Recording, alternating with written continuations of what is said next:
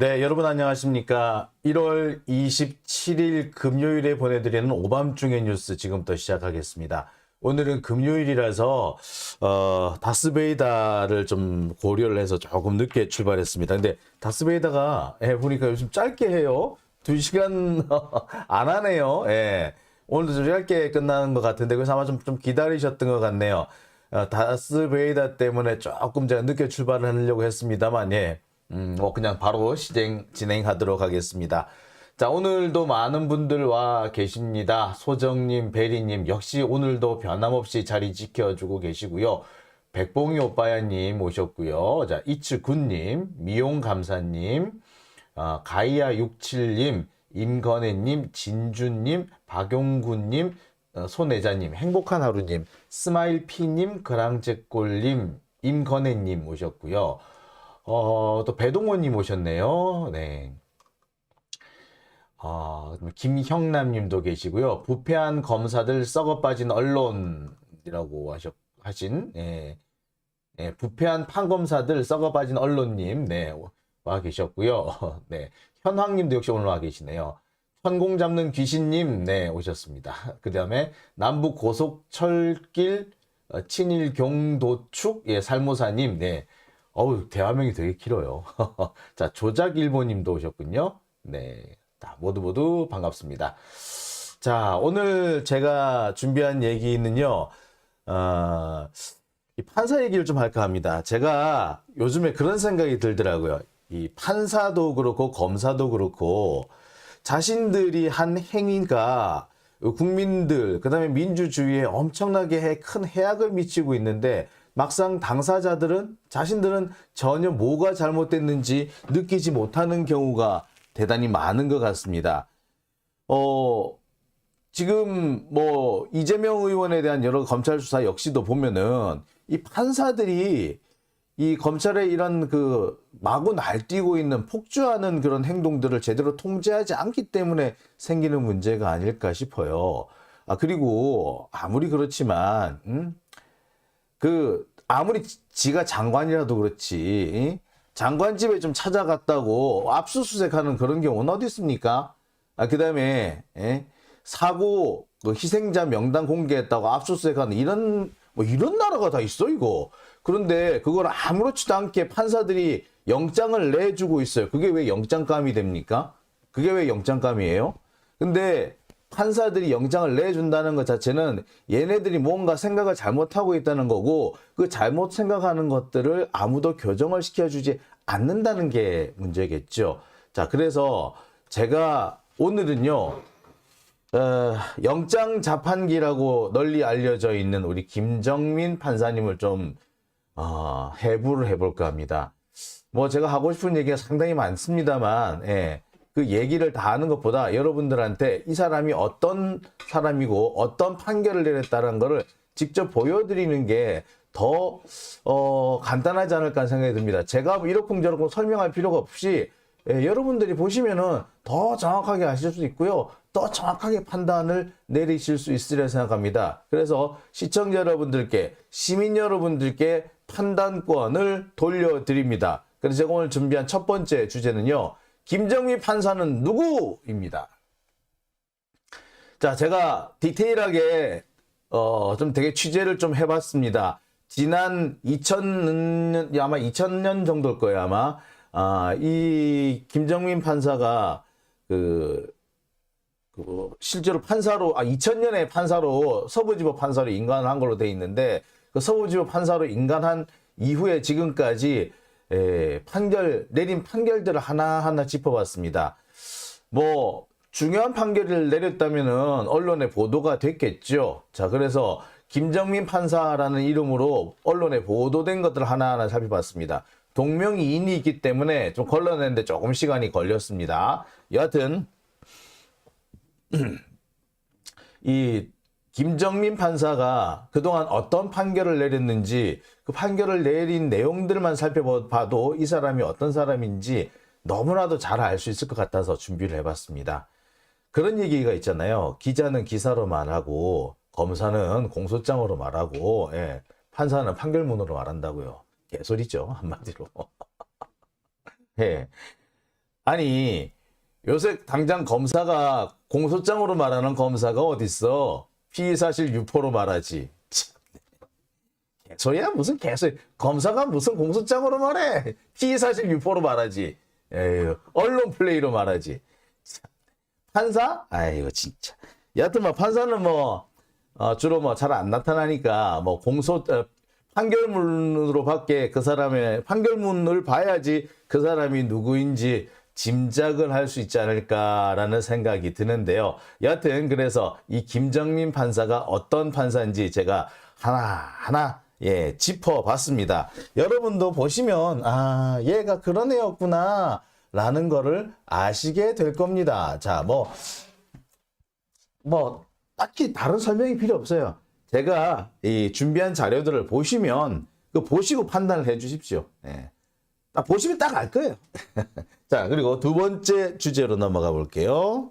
자, 제가 준비한 두 번째 주제는요. 자, 벌써 1월이 이제 며칠 안 남았습니다. 오늘은 1월 27일, 내일은 1월 28일. 이게 월요일이 되면은 1월 30일, 거의 1월도 다 갑니다. 그런데 지난 1월 20일, 그러니까 설날 연휴가 들어가기 직전까지 1월 20일까지 우리나라 현재 무역 수지를 살펴봤더니 1월 1일부터 1월 20일까지 약 20일 동안 생긴 무역 적자, 올해 들어서서 한 달이 채 안 됐어. 20일 동안 터지는 무역 적자가 100억 달러를 넘어섰다라는 아주 충격적인 결과가 있습니다. 벌써 1월 달에만 100억 달러가 넘는 적자가 터졌어요. 이거는 경제 망하는 거지 뭐. 이거는 망한다라고밖에 볼 수가 없죠. 자, 그래서 1월에만 무역 수지 100억 불을 적자를 봤다는데, 자, 근데 왜 이렇게 언론들은 조용하죠? 언론들이 이렇게 조용할 수가 없습니다. 자, 1월 20일, 그러니까 이게 우리 설날 연휴 들어가기 전에 이미 100억 달러의 적자를 봤다고 하는데 너무 조용해. 만약에 문재인 정부에서 이렇게 됐다면 이렇게 조용했을까요? 자, 그래서 조금 시간이 지났지만 무역 수지 100억 불 적자, 요 얘기를 제가 다시 한번 좀 짚어볼까 합니다. 자, 그리고 세 번째 주제는요. 자, 김건희가 오늘 국진당 여성 국회의원들을 따로 불러가지고 식사를 했대요. 참네. 왜 했을까? 지가 뭐라고? 자, 근데 김건희가 얼마 전에 대구에 가가지고 선문시장 가가지고 지가 대통령이냐 막 소론 들고, 자, 뿐만 아닙니다. 쪽방촌 가가지고 세심하게 지원하겠다라고 큰 소리 똥똥 치고, 해외 순방 가가지고는 만수르한테 오면 연락해. 지가 뭐라고? 되게 웃겨요, 그죠? 말 그대로 조용한 내조는 끝난 거예요. 나대기 시작했습니다. 그러니까 이번에 해필 지금 국진당의 여성 국회의원들을 만난 것을 두고 뭐 다른 의도가 있는 게 아니냐라는 의심이 나올 수밖에 없죠.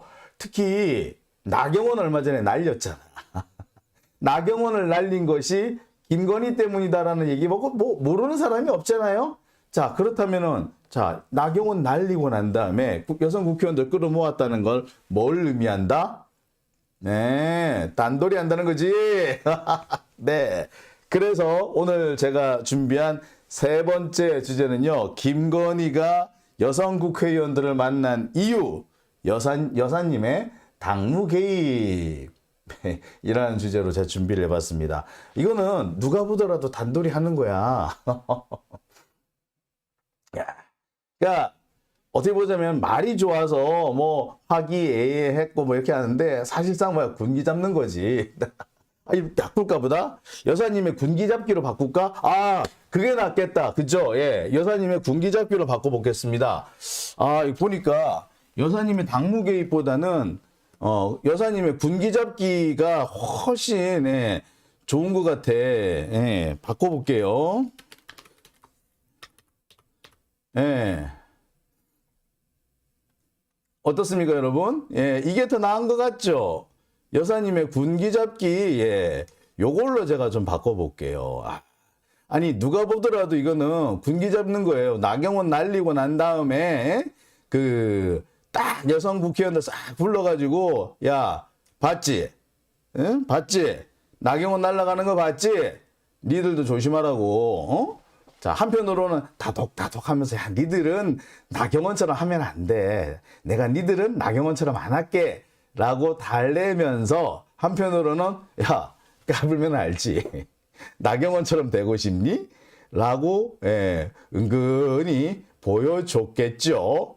자, 그러면서, 참, 말도 되게 웃겨요. 예. 지가 윤석열을 구제해줬대.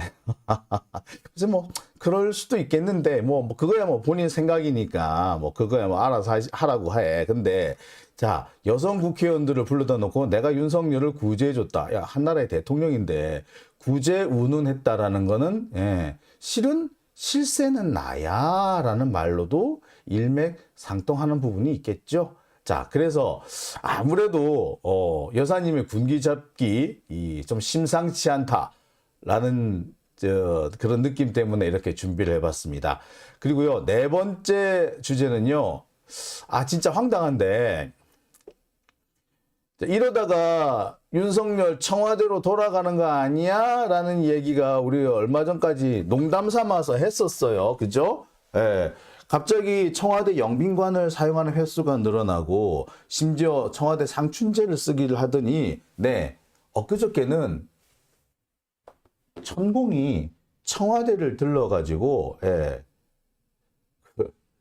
쭉 한번 돌아보고 갔어. 그러면서 청와대 앞에 그 봉황 휘장이 있잖아요. 그걸 보고서 이게 뭐 꼬리가 긴 닭이라는 둥, 꼬리가 늘어진 닭이라는 둥, 이딴 소리를 하고 갔어요. 꼬리가 늘어진 닭, 꼬리 긴 닭, 그런 닭이 어디 있어요? 아니 뭐 공작이 이제 꼬리가 이렇게 쭉 늘어지는 경우가 있죠. 근데 그런 거를 봤어도 저렇게. 그리고요, 지금 그 봉황 마크가 우리 봉황 휘장이 그렇게 만들어졌지. 봉황이 그렇게 꼬리가 축 늘어진 것도 아니에요. 하여튼 되게 무식해. 여하튼 꼬리가 길어. 짜증나. 근데 어쨌거나 그러고 갔어. 자, 분위기가 이거 뭔가 좀 수상합니다. 청와대 사용 빈도가 늘어나더니 천공이 청와대를 들렀어. 마치 청와대에 지신밟기라도 하러 오는 것 같지 않습니까? 예. 그래서 실제로 얘기가 여기저기서 나오고 있습니다. 조만간 청와대로 돌아갈 수도 있다. 맨 처음 천공이 그런 말도 했어요. 청와대 한 2년 정도 이렇게 좀 사람들이 오고 전시회도 하고 막 이렇게 하면은 귀신들을 다 달래서 내 보낼 수 있다는 둥. 자, 그 다음에 들어가야 된다는 둥 이런 얘기를 했었는데, 자, 타이밍상 딱 그러고 남을 타이밍이 됐어요. 네. 그래서 빠르면 올해 말쯤 되면은 청와대 들어간다는 얘기가 나올 것 같아요. 그래서 제가 준비한 네 번째 주제, 청와대로 돌아간다? 고? 입니다. 진짜로? 난 농담인 줄 알았는데. 글쎄, 저도 되게 당황스러워요. 농담인 줄 알았는데 농담이 진담이 돼버리는 아주 황당무계한 상황이 아닌가라는 생각이 드네요. 자, 이렇게 저는 오늘 네 가지 주제로 여러분들 좀 찾아뵈려고 합니다. 자, 여러분들께서는 어떻게 보셨습니까? 오늘 이 시간 기다리신 분들 많으시죠? 많이 들어와 계셨고요. 하여튼 이찍들 얘기를 이찍들 얘기하지만 이제 화딱지 나요. 이게 요즘 같을 때는 보면은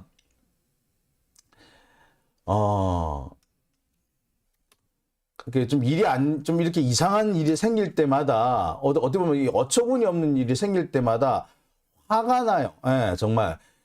아니 이찍들 얘네들은 도대체 뭐 어쩌려고, 나라를 어떻게 만들려고, 윤석열 같은 애를 말이야.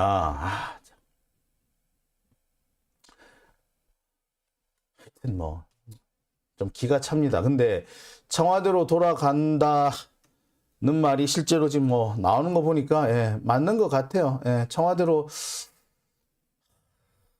근데 진짜 청와대로 돌아갈 거라고 생각을 못 했는데 진짜 청와대로 돌아갈 것 같죠? 예, 여러분들도 많이 그런 말씀하시는 분들 꽤 있을 겁니다. 주변에서 청와대 돌아갈 것 같다. 이 청와대 돌아가는 거 아니야? 라고 말씀하시는 분이나 그렇게 예측이 되시는 분들이 있지 않을까 생각이 드는데 그 주변에서 그렇게 말씀하시는 분들도 꽤 있을 거예요. 그러니까 이거 이러다가 청와대 돌아가는 거 아니야? 라고 하시는 분들 꽤 계시고요. 지금 하는 그 행태를 보면 꼭 청와대 돌아갈 폼이에요, 솔직히. 그죠?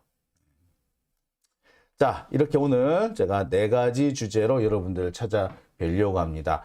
자, 오늘 좀 늦게 출발했으니까 이제 중간중간에 조금 뭐라 그럽니까? 예, 얘기는 좀 줄이고요. 예, 바로 본론으로 들어가도록 하겠습니다.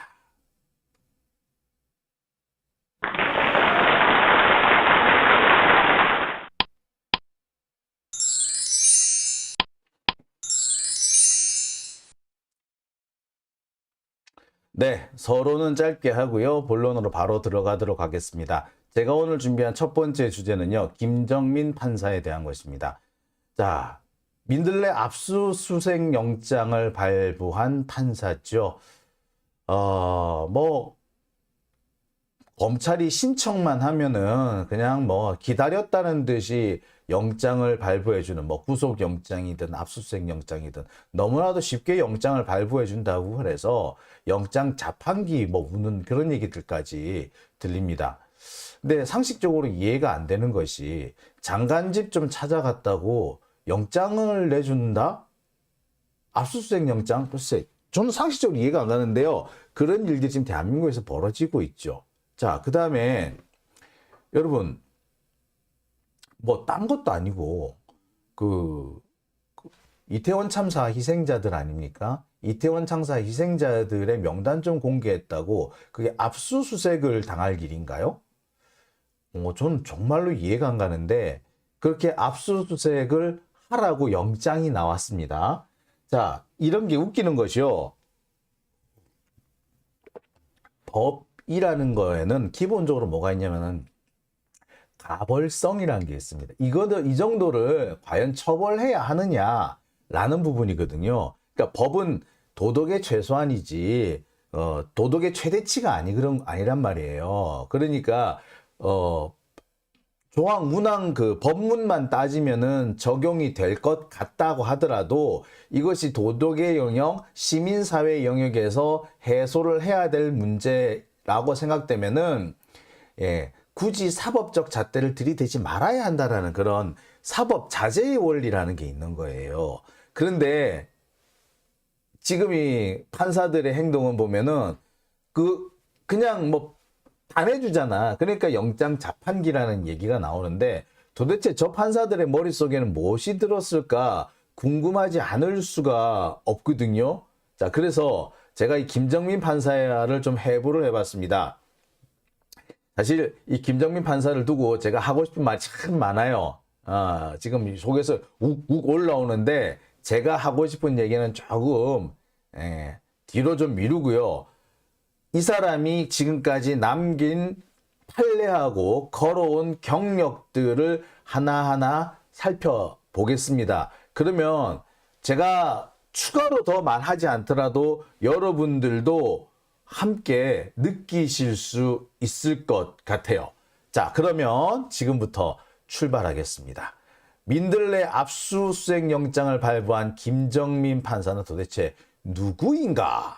예, 김정민 판사가 이번에만 영장을 내줬다고 해서 제가 이러는 거 아니죠? 마찬가지입니다. 다 많은 분들 마찬가지예요. 예, 김정민 판사가 이번에 영장 내줬다고 해가지고 사람들이 영장 자판기라는 표현을 쓰는 거 아닙니다. 지금까지 몇 차례 구속 적부심이라든지 구속 영장 실질 심사라든지 그 밖에 그 압수수색 이 과정들을 살펴보면서 아니 이런 것도 영장을 내줘? 하는 경우가 꽤 있었는데 그때마다 찍히는 이름이 두 사람이 있습니다. 김정민과 김세용. 아니 도대체 이 두 사람은 뭐야? 도대체 얘들 뭐야? 라는 생각이 들죠. 한 사람은 76년생, 이 사람은 73년생.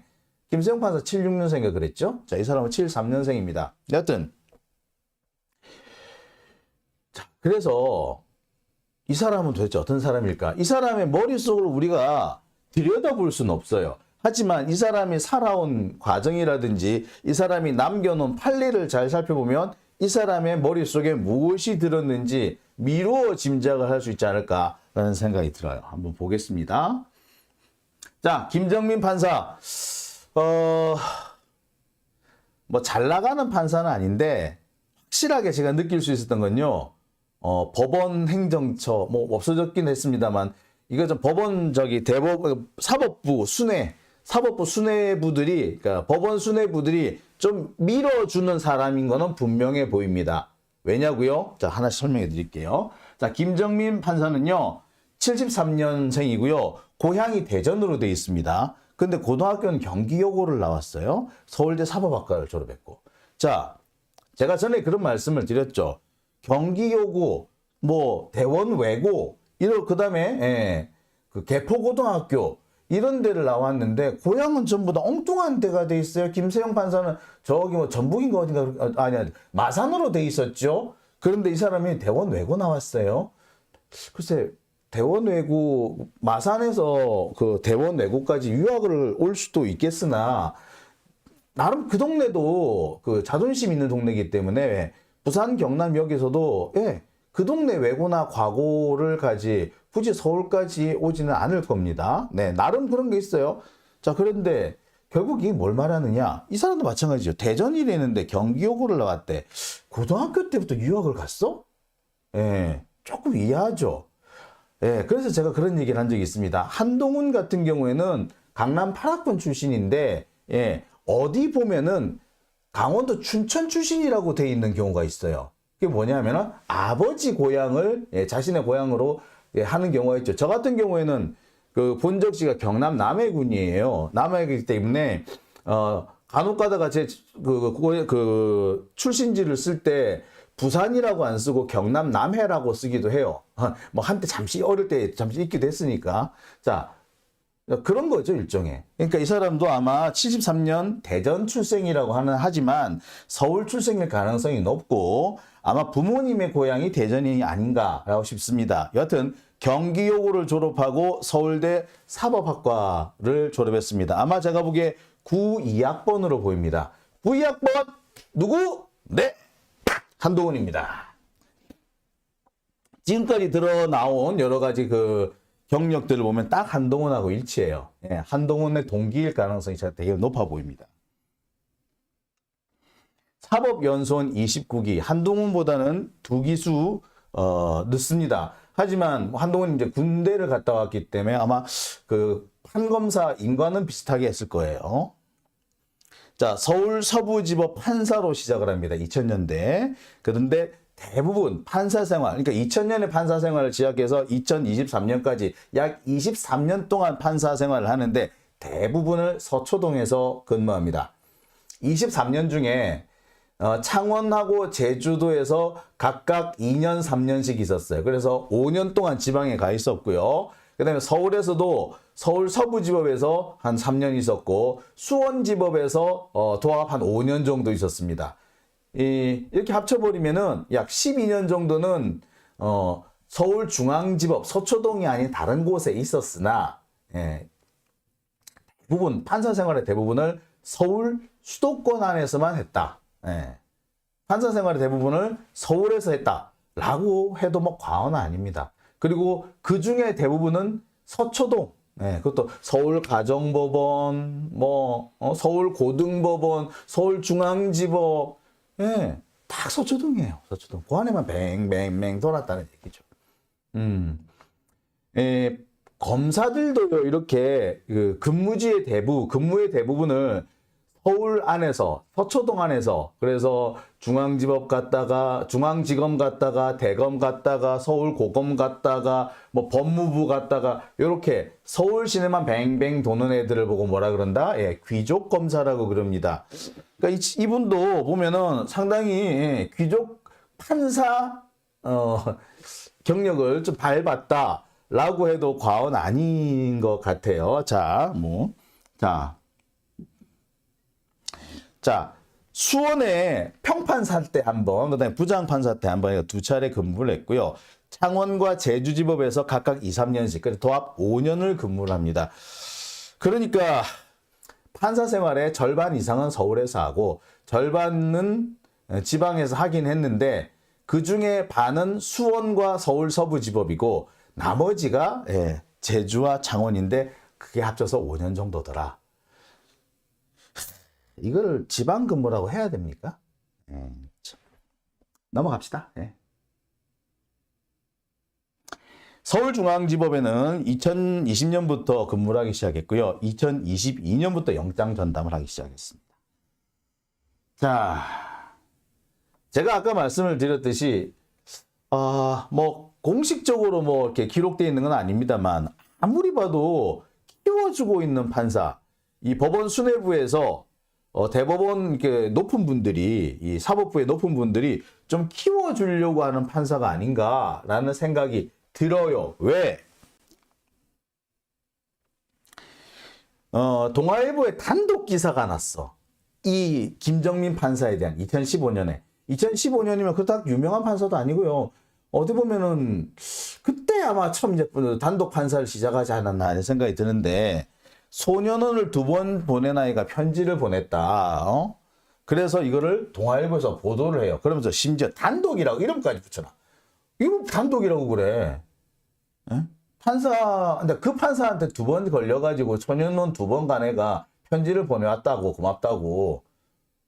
뭐 좀 미담 사례이긴 하죠. 근데 이게 뭐 그렇게 단독 이렇게까지 할 상황은 아니지 않습니까? 자, 그런데 단독 이래가지고 엄청 크게 빵빵하게 났어. 야, 이거 뭐 밀어주나, 진짜? 밀어준다고 느껴지는 게 뭐냐면, 가정법원 재직 시절에 법률신문, 이런 데에 장기간 기고를 합니다.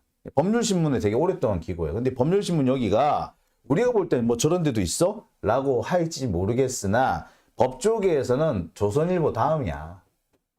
그래서 거의 뭐냐면은, 그 판사실하고 검사실에는 반드시 법률신문을 봐야 되는, 거의 반강제적으로 구독을 하게끔 돼 있는 그런 곳도 있습니다. 이게 싫어가지고 법률신문 구독 안 하기 운동 이렇게 하시는 변호사님도 계실 정도예요. 여하튼 법조계의 조선일보 같다 보시면 돼요. 근데 거기에 장기 기고를 했다라는 거는 보통 판사님들이 이렇게 기고를 잘 안 해요. 기고를 할 때도 보면 대체로 보면 법원 수뇌부의 허락을 받고 하는 경우가 대부분이에요. 근데 이게 오랫동안 장기 기고를 했다라는 거는 뭘 말한다? 야, 밀어준다는 얘기밖에 안 되는 거예요. 솔직히 그밖에 안 돼. 그리고 이렇게 이 김정민 판사가 법률신문에 기고를 하기 전까지는 거의 언론에 이분이 얼굴을 드러낸 적이 없더라고요. 그 이후부터 급격히 늘어났다고 봐야 되나? 뭐 그럴 거예요. 자, 그러니까 키워주는 판사라고 말할 수밖에.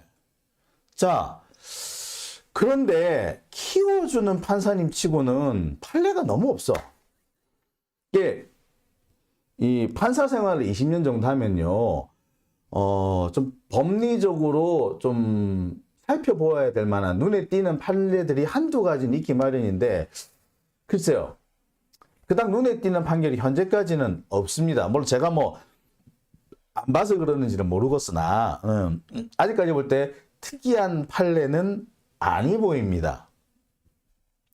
자, 그런데 이 특별한 판례가 없는 이분, 자, 그렇지만 그러니까 법리적으로 그렇다는 얘기고, 그런데 사건을 보면은 이런 것도 이 사건을 이 사람이 했어? 라는 사건이 있기는 해요. 어떤 사건이 있느냐? 이런 사건이 있습니다. 보통 이게 제가 다시 한번 말씀드립니다만 부장판사급쯤 되면 법리와 관련해서 눈에 띄는 판례가 한두 개 정도는 있기 마련인데 이분은 아직까지 그런 건 없어요. 대신에 뭐는 있느냐면 좀 눈에 띄는 판결 중에 뭐냐면 어린아이한테 비행기 놀이를 하는 거 있잖아요. 어린아이한테 비행기 놀이를 심하게 하는 거는 아동학대에 해당된다라는 판례를 한 적이 있습니다. 수원지법에 있을 때. 이것 때문에 내가 실제로 수원지법에 제가 취재를 간 적도 사실 있어요. 예. 그때 제가 용감한 기자들 거기 출연할 때인데, 그때 그 비행기 놀이 요거 때문에 취재를 간 적이 있어요. 그러니까 뭐냐면, 그 아이를 심하게 흔들고 특히 비행기 놀이 한다면서 이렇게 이렇게 던졌다 받고 이런 거 있죠. 요렇게 하면은 아동학대가 된다. 뭐 이런 판례인데요. 그 당시로는 나름 좀 특별한 판례였고요. 이 김정민 판사가 내린 판결 중에서는 정말로 뭐 특별할 건 없죠. 근데 이 사람 사건 중에서는 이 사람 판례 중에서는 그나마 좀 법리적으로 의미가 있는 판례였다. 자, 그리고 약간 좀 웃기는 얘기인데 혁명동지가라는 이런 민중가요가 있어요. 이 민중가요를 부른 통합진보당 당원들한테 아무리 의례적으로 부른 노래라고 하지만 이 가사가 이게 뭐냐, 이런 반국가적인 노래를 불렀단 말이야. 니네들은 이적단체 맞아, 유죄 땅땅땅 했던 판사이기도 합니다.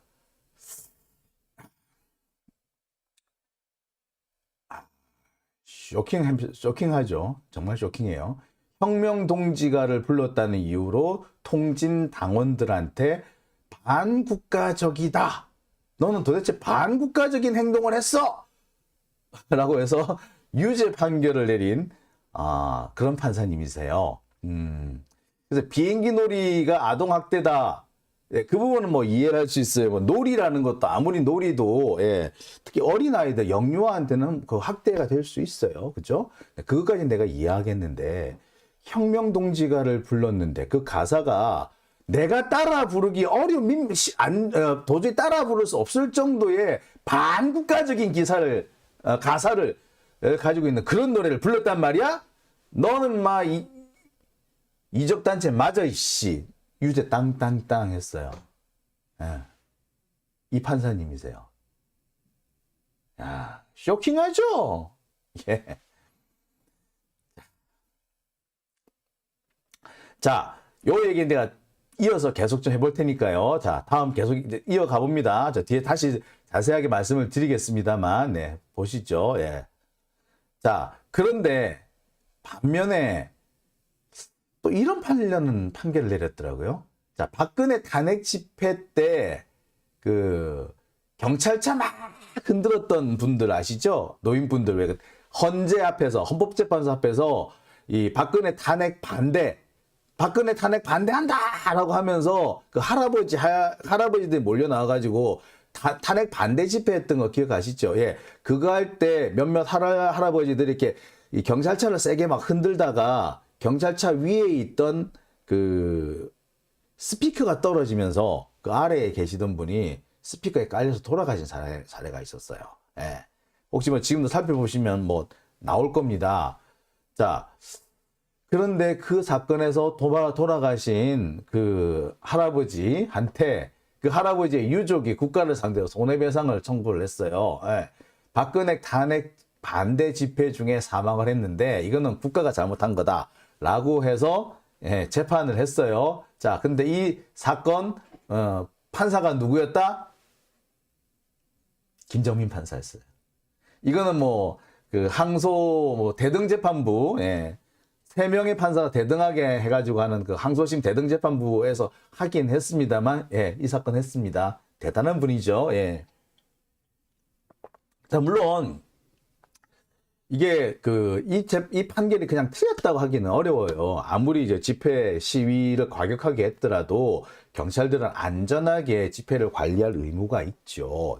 그건 맞습니다. 그렇기 때문에, 뭐, 탄핵 반대 집회든 찬성 집회든 집회 중에 불의의 사고를 로 돌아가셨다면 뭐 국가가 배상해라 뭐 가능한 얘기일 수도 있어요. 어떻게 보자면은 사실 그 경찰차를 막 흔들어 가지고 이 스피커를 떨어뜨린, 그러니까 이분이 이제 그 경찰차 위에 있던 스피커가 떨어지면서 거기 깔려서 돌아가신 거란 말이에요.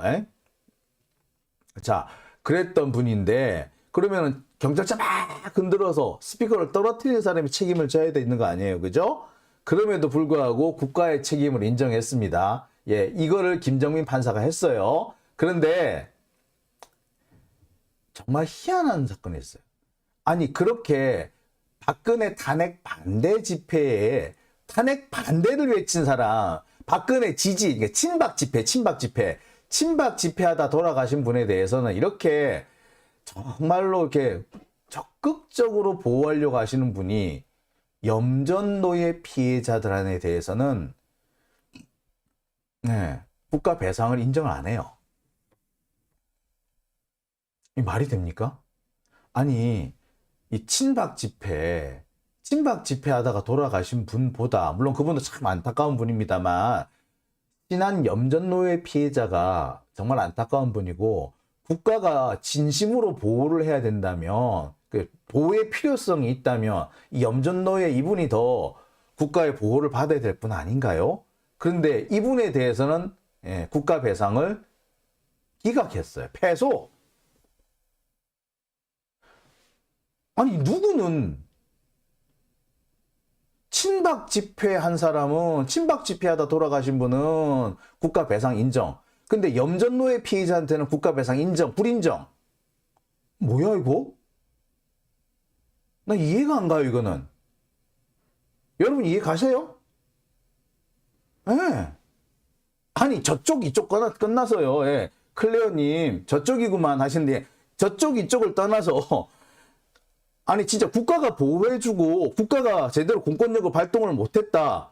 국가가 제대로 보호하지 못했다. 따라서 국가가 배상을 해야 된다라고 한다면 염전노예 저 부분이 더 보호를 받았어야 될 분 아닌가요? 근데 저분은 패소했어. 뭐 이런 경우가 다 있지? 더 웃기는 거 보여드려요. 자, 보십시오. 염전노예 피해자 측 이분들이 재판이 부실하게 진행되고 있다면서 이 항소심 재판부를 기피 신청을 합니다. 야, 재판 이따구로 할 거야? 라고 해서 기피 신청까지 나가요.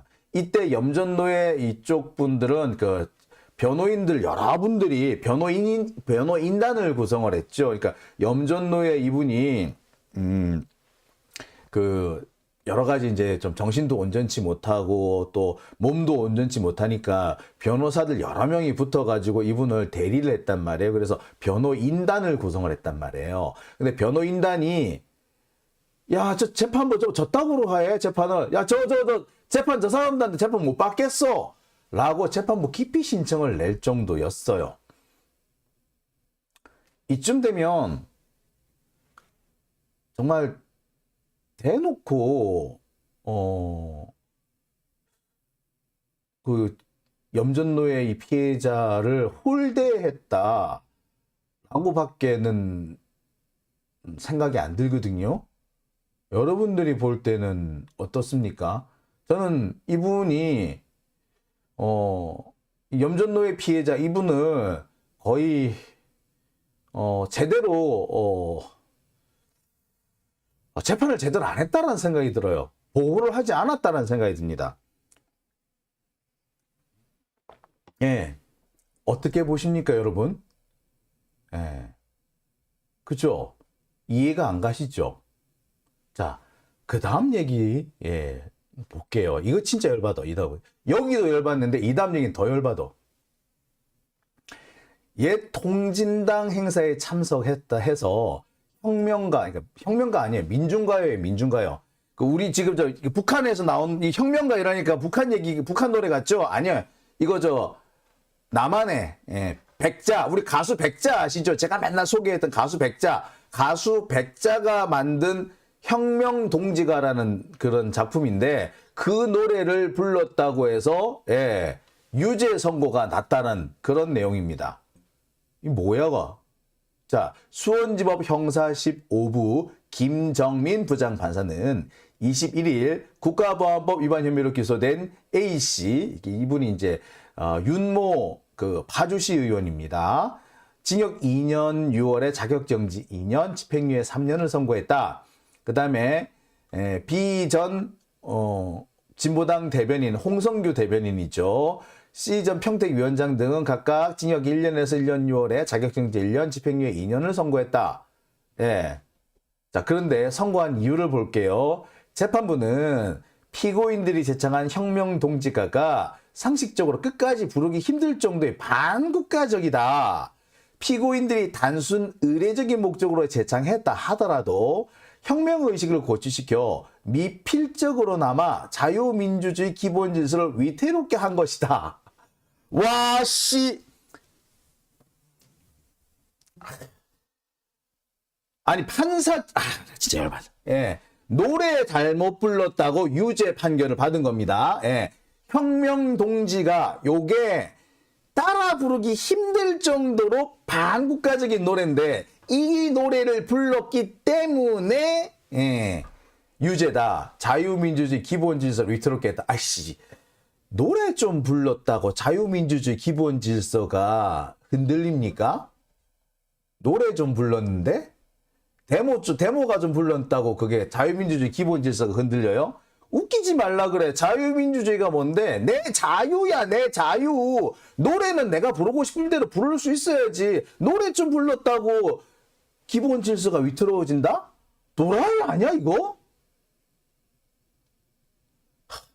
여러분, 자유민주주의는 왜 자유민주주의다? 네 마음대로 해라. 그게 자유예요. 네 마음대로 해. 국가는 간섭 안 할게.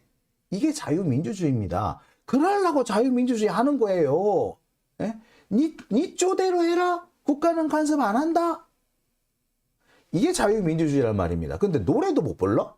노래 좀 가사 좀 센 거 불렀다고 해가지고 자유민주적 기본 질서가 흔들려? 자유가 흔들려? 왜 흔들려? 야, 이쯤 되면은요, 이 판사 머릿속을 한번 열어봐야 돼요. 얘는 뭔 생각으로 사는지를 모르겠어. 응? 이쯤 되면은 이 판사 데려와가지고 넌 뭐 먹고 사냐? 너 밥 먹고 사냐? 라고 물어봐야 돼요.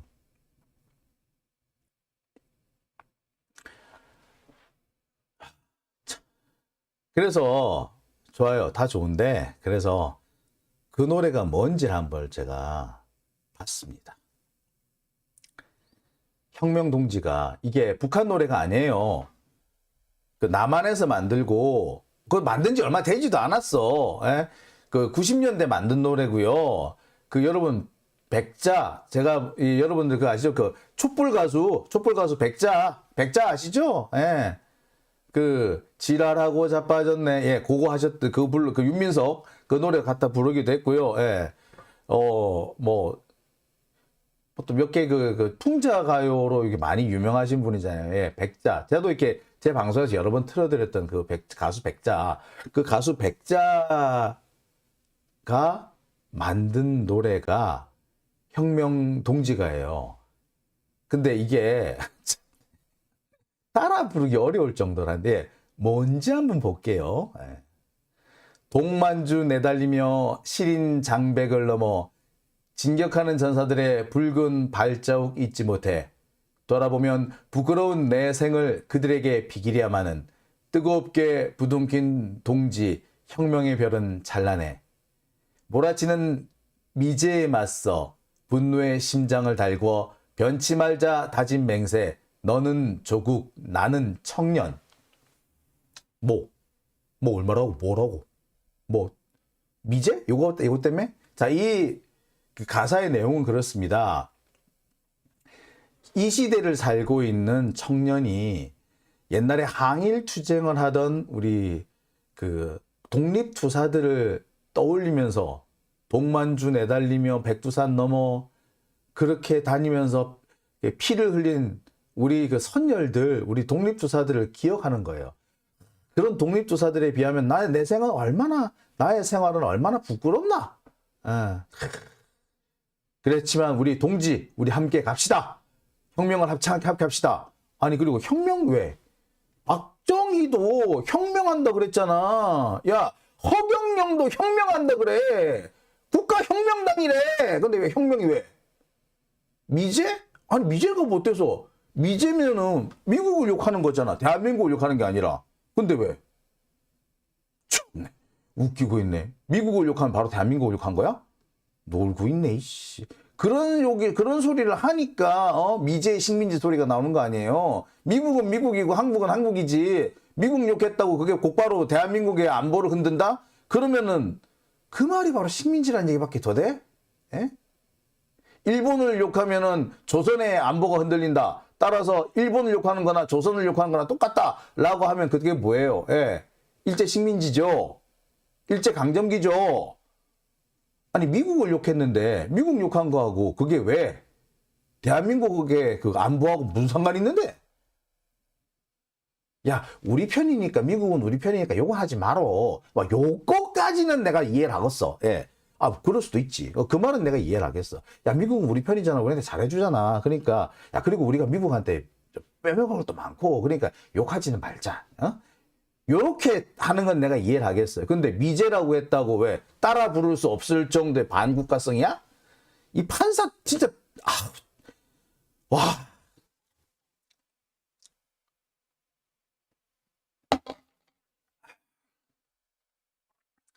네. 여러분 어떻게 생각하십니까? 그 가사가 좀 세긴 하지만 따라 부를 수 없을 정도의 반국가성입니다. 아니 아씨 나 이보다 더한 노래도 불렀다.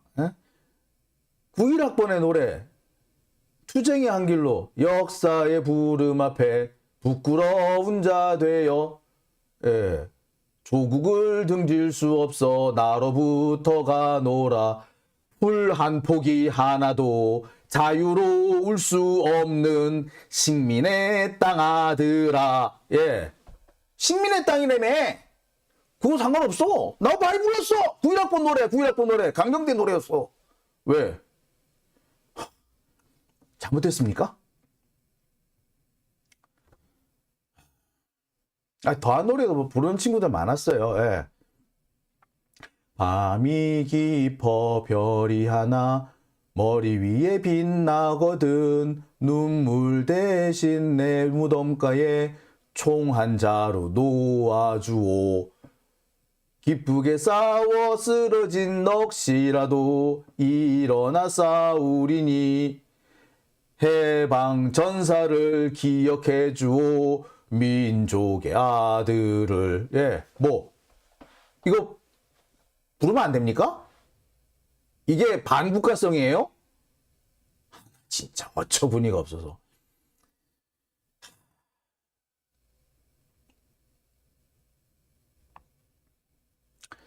나 열받네. 열이 확 오르네요. 예. 참. 아니, 그리고요, 제 옛날에 산호맹에 가까웠다. 이쪽하고 되게 많이 활동을 같이 했었다는 얘기 했죠. 산호맹 저보다 더 더한 얘기도 했어요. 박노해 시인, 가라! 자본가 세상 쟁취하자 노동해방 그랬다고. 아이씨. 참. 어처구니가 없네, 어처구니가 없어. 자, 도대체 이 판사는 왜 이런 판결을 내렸을까요? 왜 이 가사 정도를 가지고 따라 부를 수 없을 정도의 반국가성이래? 아니, 다 좋아. 반국가 따라 부르기 싫었다 쳐. 그래. 근데 판사 지가 따라 부르기 싫었던 거하고 그게 반국가성하고 무슨 상관이 있어요? 판사 지가 따라 부르기 싫으면 그게 반국가성이야? 야, 이거야말로 파쇼죠. 이게 파쇼 아닙니까? 판사 지가 감별사야? 씨, 열받네. 자, 도대체 이 판사는 왜 이런 생각을 할까요? 자, 그래서 돌아가 봤습니다. 자, 여기 백자 얘기 여기 보이시죠? 이석기 의원 재판에서 혁명 동지가 재창이 유죄 판결을 받았군요. 암튼 제 노래 불렀다고 유죄 판결 받으신 분들께 뭔가 죄송하네요. 혹시 저 창작자라고 잡혀 들어가면 사식 만난 것 좀 부탁드립니다. 기타도 좀 넣어 주시고요. 참 슬픕니다. 그죠? 우리가 21세기에 이런, 자,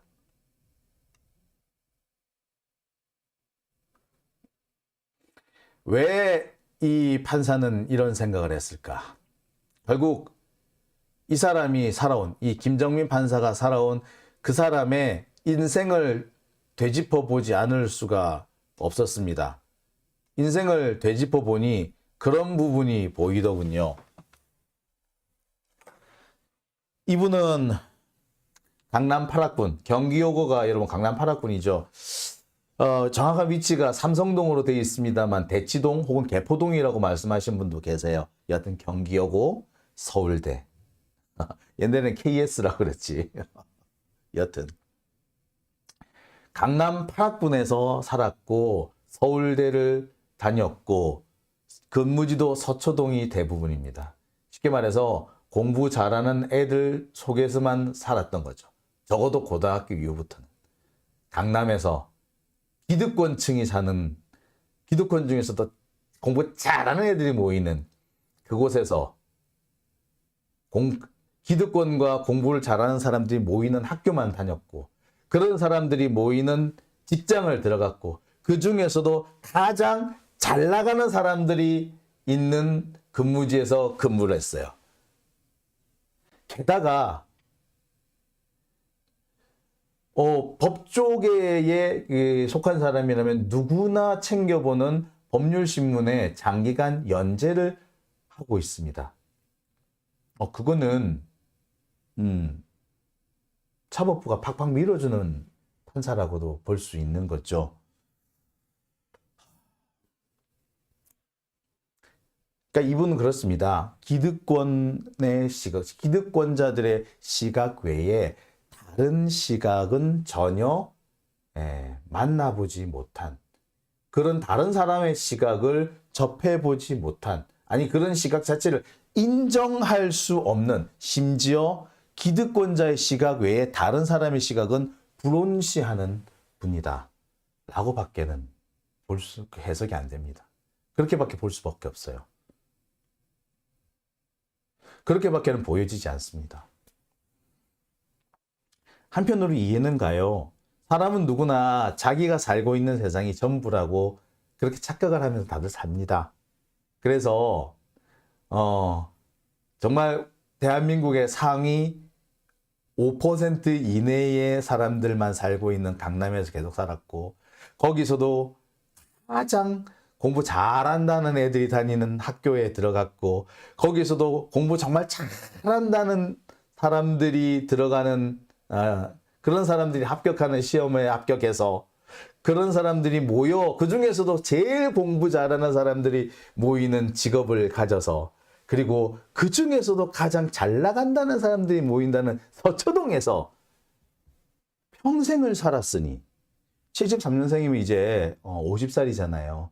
인생이 우리가 요새 100살까지 산다고 합니다만 인생의 절반을 살았고 그 밖에 다른 지역에 대해 다른 부분에 대해서는 그다지 접할 수 있는 기회가 없었던 사람입니다. 자신이 가지고 있는 생각, 자신의 시각 외에 다른 사람의 시각은 모를 수도 있고요. 그리고 그런 시각은 왠지 불온해 보일 수도 있을 겁니다. 그런데 적어도 판사가 그런 시각에 젖어 있다면 이거는 심각한 문제가 될 수도 있습니다. 말 그대로 편협해지기 때문입니다. 즉, 기득권자의 시각만 강요하는 파시즘이 돼버리는 거죠. 우리나라에서 기득권을 향유하는 사람은요, 진짜 10%가 채 되지 않습니다. 10%가 채 되지 않는 사람이 우리나라 전체 경제의 68%를 쥐고 있어요. 나머지 90%가 30%를 서로 나눠 먹기 위해서 아웅다웅 아웅다웅 하면서 살아가고 있는 겁니다.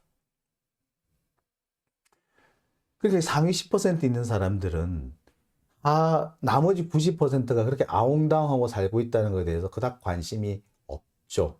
관심을 가질 이유도 없죠. 자, 문제는 그래서 이 사람들의 사고방식이 볼 때는 우리가 되게 천박한 거야.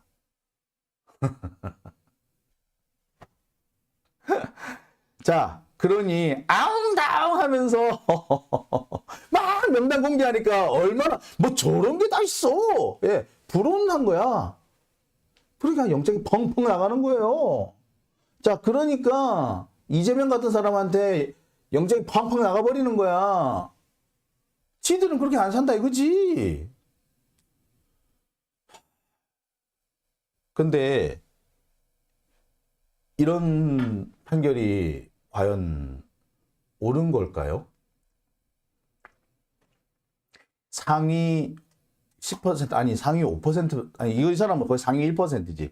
상위 1%가 이 김정민 판사는 상위 1%들만 만났고 지금도 만나면서 살고 있고 앞으로도 그럴 거예요.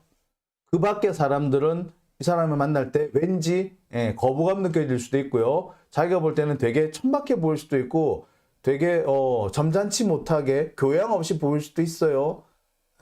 문제는 그냥 그렇게 보시라고 상관없어. 근데 판결까지 그렇게 하면은 안 되는 거잖아요. 아니 지가 따라 부를 수 없을 정도라고 그게 이적 표현물이라고 하는 게 말이 됩니까?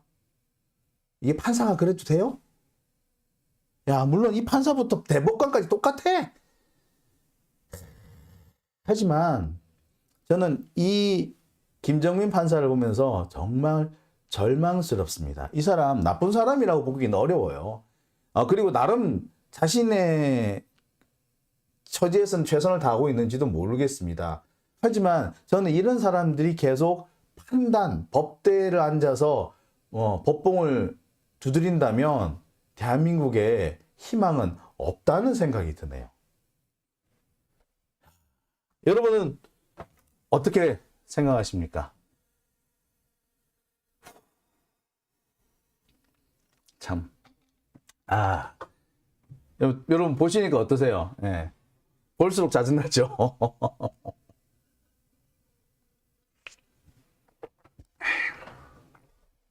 그리고 정말 기가 차지 않습니까? 예? 노래 좀 불렀다고, 가사 좀 격하다고, 그거를. 자, 첫 번째 순서는 여기까지 하고요. 다음 순서로 넘어가 보겠습니다.